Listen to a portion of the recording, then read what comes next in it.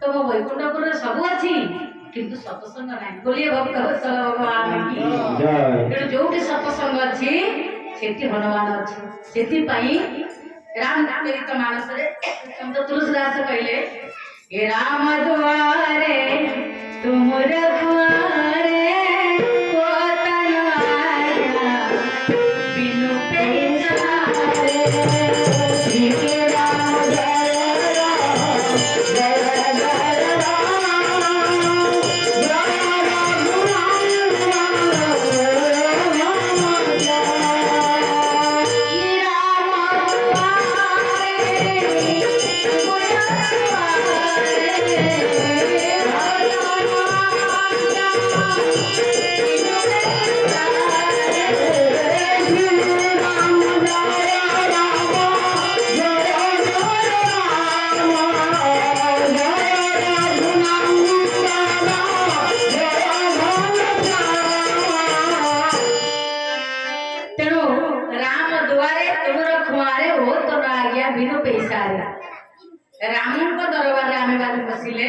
हनुमान जी राम को दरबार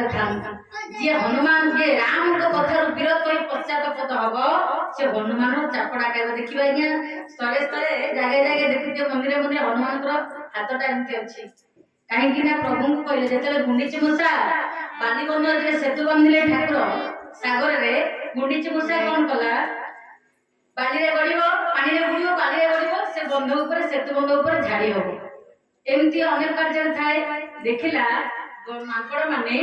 बड़ बड़ पत्थर नहीं जाउछंती ये भाबिला मु तो छोटिया जीवटे बड़ पत्थर मा उठी परिबिनी किंतु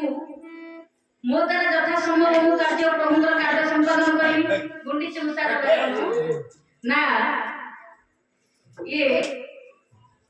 पानी रे बुड़ी धूली रे गड़ी बंध ऊपर झाड़ी गला केमिति ना हनुमान जो बाटे बाटे जाए से ता पाद चिने चिने जाए हनुमान जाउछि चिंता गला जीवन को केते लोभ ये राम को सेवा करबा पाछिया जीवन प्रति एते लोभ मो पद बाटे बाटे आत्मा मो पाद चिन्ह को अनुसरण करूछि हनुमान कोन कले प्रथम पाद उठिले द्वितीय पाद उठिला बेलू सेठी सेई जगह चापी देले पादटा जे चापी देले पादटा को तळे रहि गला गुंडी जोसेटी चें चें चें चें हला राम को कर्ण रे प्रतिध्वनित मुखरित होला किए से बंद कर ये बंध कार्य बंद हो जेते बंध डाका हे गला समस्त स्थिर हो गले कौन हिची प्रभु आज्ञा कहीं बंध कार्य बंद होला ना जन को क्या कष्ट दे का जीवन को नहीं ये बंध उपरे मु आधिपत्य स्थापित करने पे चाहूना ताले कौन हिची कहा जीवन ऊपर विपद आसी राम आज्ञा रे जेतले समस्त वानरसेना देखुचंती हनुमान को स्वयं हनुमान को पाद तले गुंडीची मूषार जीवन जाउछ प्रभु कौन कर ताको पळेई आनी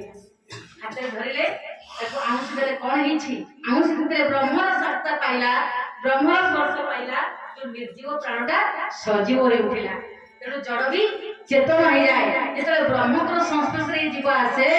ये जड़ भी चेतन हो जाए जेतले गुंडीची मूषा चेई उठिला प्रभुकर परस्पर्श रे पचारे रामचंद्र कौन हैला कौन चाहूछु ताको हनुमान को दंड दिया जीवो कौन दंड दिया जीवो कह तू मो सेवा करबा को आसी तो जीवन ऊपर विपद आसी तू औटिके पर मर जाइतन कौन चाहूछु हनुमान को दंड दिया जीवो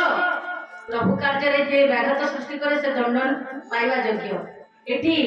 गुंडीची मूषा हाथ दे जोड़ी दे कहले प्रभु देखिथि आज्ञा गुंडीची मूषा जाउथो चिड़ाई हाथ दे जोड़ी दो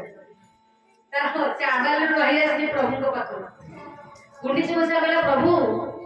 जदि हनुमान मते चापी न थांदा पाद तले मु कोन आपन को परस्पर्श पाई थांती तेनु आज्ञा विधिर विधान के करिबो आमा तेनु आपन कोन कहबा को चाहू ना कोन चाहू हनु को दंड दिया जीवो आ कोन वर मागुछ ना प्रभु मोर वर किछि दरकार नै हनुमान को दंड परिवर्ते जे एतिकी ताको बल दियो जे राम नाम थिबा पर्यंत पृथ्वी पृष्ठ रे हनुर बल अक्षर बोलिए भक्त वत्सल भगवान की जय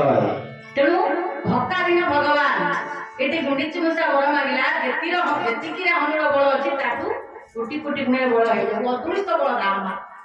तेनु राम हनुमान को पचरा गला एकाम तमे काहे कलो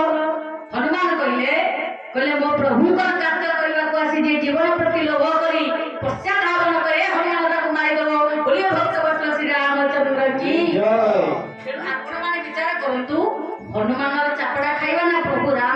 ପ୍ରତି ନିଜକୁ ସମର୍ପିତ କରିବା। କାହିଁକି ନା ସଂସାରରେ ଭଲ ଭକ୍ତଟି ହେବା ପାଇଁ ହେଲେ ମନ ନିର୍ମଳ କରି ସତସଙ୍ଗରେ ବସିବାକୁ ପଡ଼ିବ। ତେଣୁ ଏ ସତସଙ୍ଗର ମହାରାଜା ଅଛନ୍ତି ହନୁମାନ। କାହିଁକି ନା ଗୋଟେ କଥା ଆପଣମାନଙ୍କୁ କହୁଛି,